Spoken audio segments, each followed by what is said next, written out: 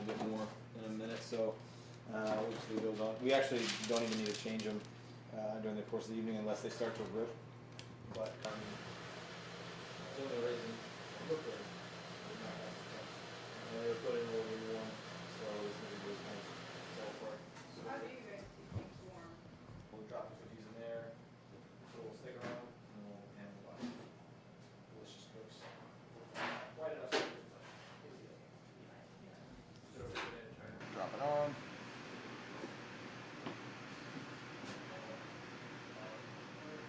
Yeah, that's what 265 is fine. Then roll it up, split it. Kind of giving away our trade secret here. So craft it down.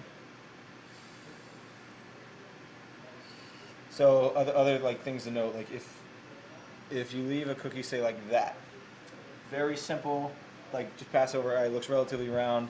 That's right.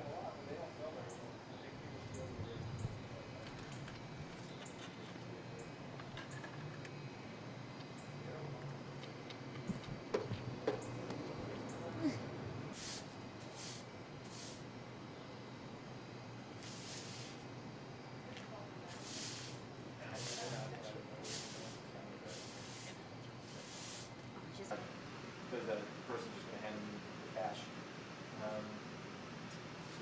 They got one of our specials, so it says the item is a 1D, and scan really quickly, kind of see where it is in this lineup. Then I can probably figure out where it is on the ticket line really quickly and say, you're about 3 behind, which means we're actually cooling right now. So just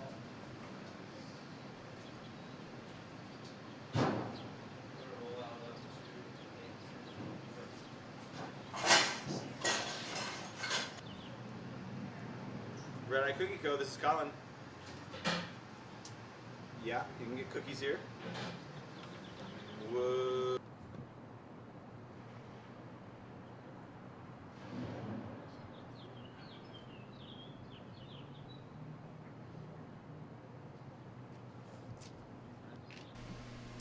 Okay, so Sally Bell's has basically bought out, VCU has bought out Sally Bell's. Can you guys tell me about that a little? Sure. Maybe the background to why we're in a rented kitchen space from the get-go would be a little bit interesting to know, which is when you're opening up a new venture, sometimes it's difficult. You have all the plans for how you can open up your own storefront. We went looking around to tons of different spots. We had found one that we thought was going to work out really well, and just with certain like permits and just details of the space, it became more and more evident that it wasn't actually going to work out as a bakery. It was kind of outfitted more for an office. We were trying to change it around, and it just didn't work. So then we were kind of back to square one after working on this for a couple months, and we were like, well, we don't want to do that again. We've got to get some cookies. Yeah. We have a lot of people now that kind of know about this underground. Like, we want to get open. So we saw where Sally Bell's hours and location worked great for us. They close at 4 o'clock every day. We open at 6 o'clock. So it worked out great to have a late night bakery come in and kind of give high fives to everybody clocking out from the daytime bakery. And it was already a approved kitchen space. So that's why we came in here in the first place, as opposed to opening up our own store right off the get-go. And we knew there was already articles about how VCU had sold, and it was going to be this long kind of 3-year handover. So we got into this as a temporary agreement. The goal the entire time being that you guys will be able to walk into like a Red Eye, bakery and coffee shop kind of thing very soon. We're super delighted to be under the Sally Bell's brand and name. There's nothing more Richmond than that. If you haven't tried their potato salad, you're missing out. But as all children must, we have to leave the nest someday. So like Colin said, in the same fashion, from day one, we've been looking for a permanent home for Red Eye as well. So you haven't found any place yet? We have a list of places that we're kind of sussing out. There's a lot of variables that go into it beyond just will the building itself work for a bakery. It's also like, is this location great for delivery, and where can we park our delivery cars, and what's the foot traffic like here, and are people going to be able to find us, and is it going to be convenient to all these people that have already found us here? That's why it's my head of operations. But Richmond can trust that we're on it. and we love Sally Bell's. We're not going to leave this location for a location that's less prime than that. So Yeah. I would look for something that's central to our demographic, either at VCU or along kind of the main corridors of Richmond. Well, I was going to ask you, did the owners like involved with their decision, but obviously you came in after the decision was made, so that's relevant. Sure, yeah, that's always been part of the plan. Though, I mean, it still was brought to our attention, like, hey, the ink just dried on this agreement, and how is that going to change? And there will be some basic changes around here, but it's stuff that we can deal with. It's just VCU parking and things like that. And I'm sure VCU parking services are a dream to deal with.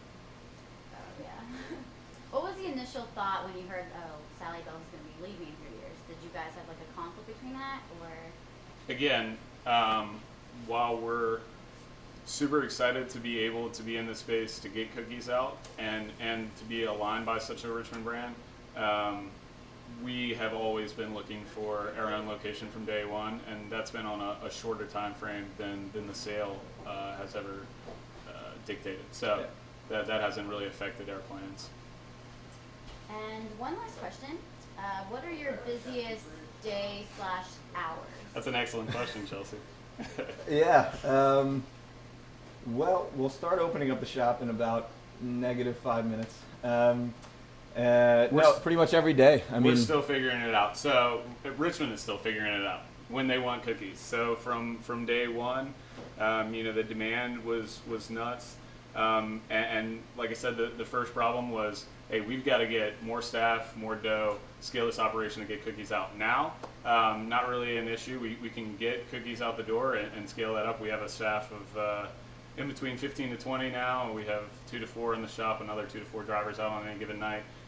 So our first busiest day was the day we were open on a Wednesday, overtaken by a Thursday. Sundays have shined through in the process, sometimes Saturdays. Sometimes it may be more about what's going on a daily basis than the particular day of the week. So if it's a rainy Sunday and people are sitting around, then maybe they really want cookies brought to them. Yeah, and if it's a shiny, Thursday with the sun out, maybe they're out and about, and we get a steady traffic as they head back to their abodes later in the evening. But Richmond and Red Eye is still kind of figuring out what our busiest days will be. What are the busiest days, you say, for people walking outside and waiting? The signs. Yeah, I was gonna say the busiest days have all been after we put signage up on the streets to point to where our back alley entrance is.